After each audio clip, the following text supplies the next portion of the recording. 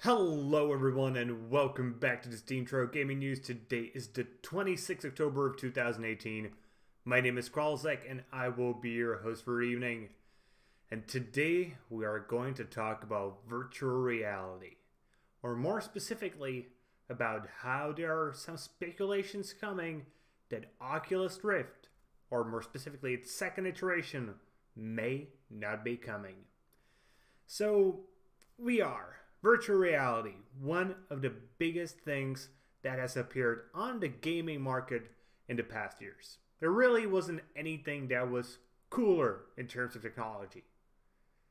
But I many times said I do not think virtual reality is ready for mainstream adoption.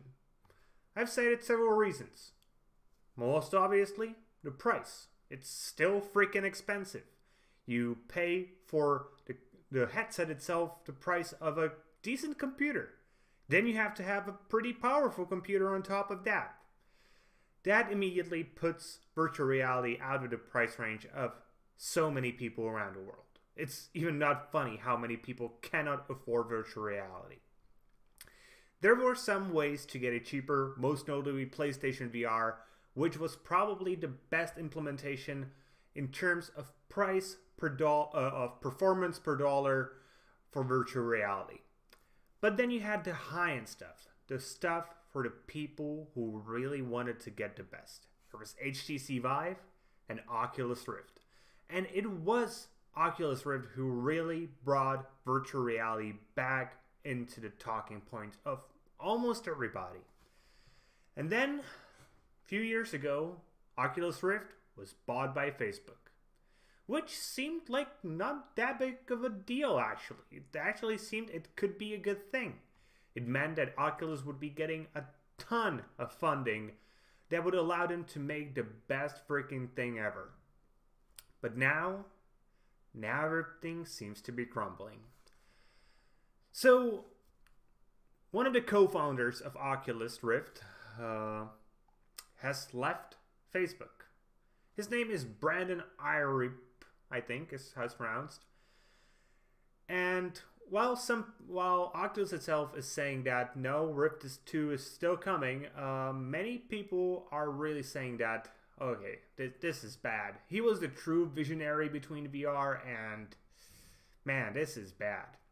Oculus itself, or Facebook, whatever you want to call it these days, said that, while we cannot comment on our product roadmap specifics, we do have future plans and we can confirm that we are planning for a future version of Rift. So, I do not think Oculus Rift 2 will not be coming. The bigger question though is, will it be coming in a way that can catch the eyes of a mainstream consumer? And there, I think the answer is pretty clear. Not yet. Well, RTX graphics with much more powerful engines could help virtual reality sustain better frame rates and less lag. They're absurdly pricey. Like, seriously, 2080s for the price of 1080 Ti's with almost the same performance? Why would I buy the new generation? Just because it's new? Yay, I guess.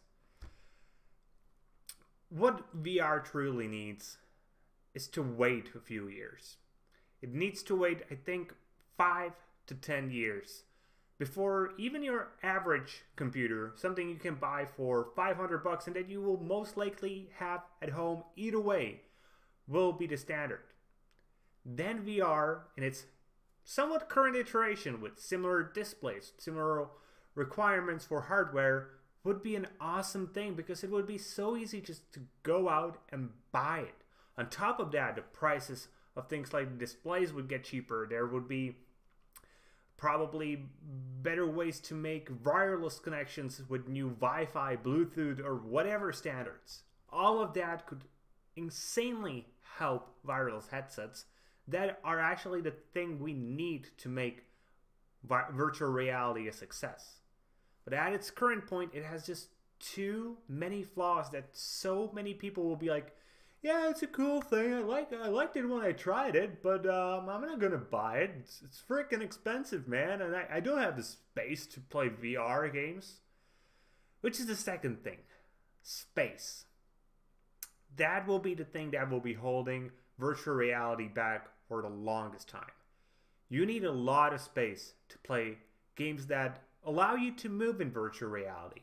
You essentially need to dedicate a room just for gaming if you want to play in virtual reality full scale. If you're not just buying it to play a flying sim or a racing sim or a tank sim, because anything where you can sit down, virtual reality is fucking amazing right now.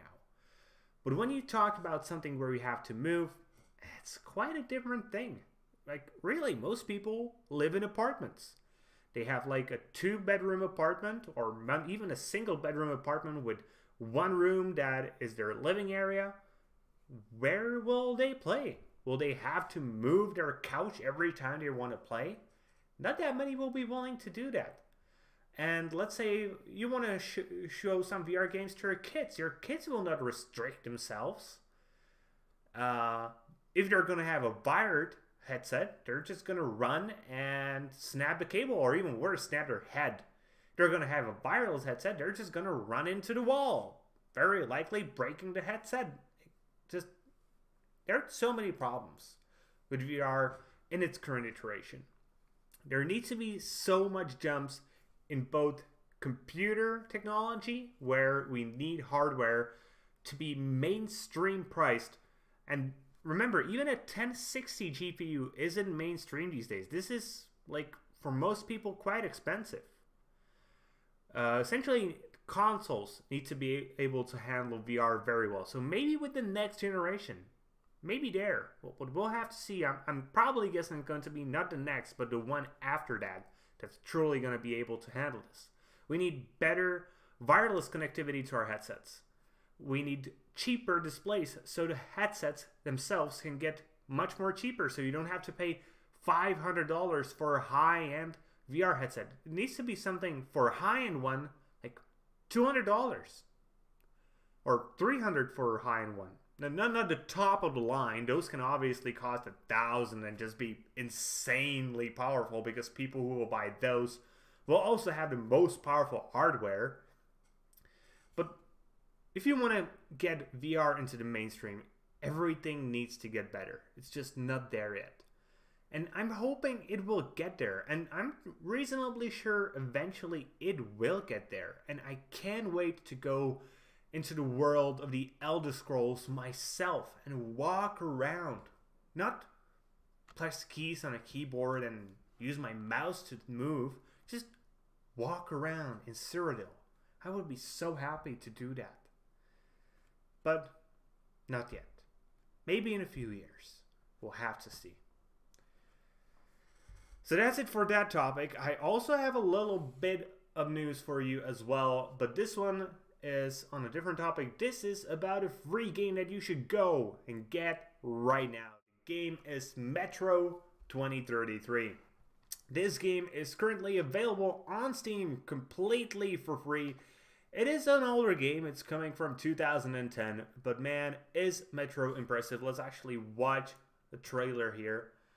And I highly recommend, if you haven't played this yet, go and get this now. It's a great game. And you're getting it for free. What more can you want? And maybe, if you like it, buy some of the future titles from the series. Maybe if you like it enough, buy some of the books. From what I heard, they're actually pretty decent. They're not really my thing. I prefer a different kind of sci-fi.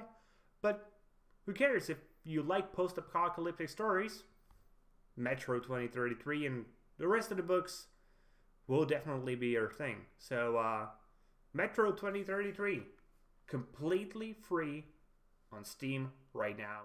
Go and get it. While you're waiting, go download it now. Seriously. And with that being said, that's going to be it for today, guys. I hope you enjoyed today's video. And if you did, please consider giving us a thumbs up here on YouTube and subscribe to the channel. If you're watching on Steam, maybe you want to give us an upvote and follow the blog. Either way, be sure to leave a comment and be sure to tune in tomorrow for more gaming news, as we are a source of daily gaming news every single day. See you guys later with more gaming content.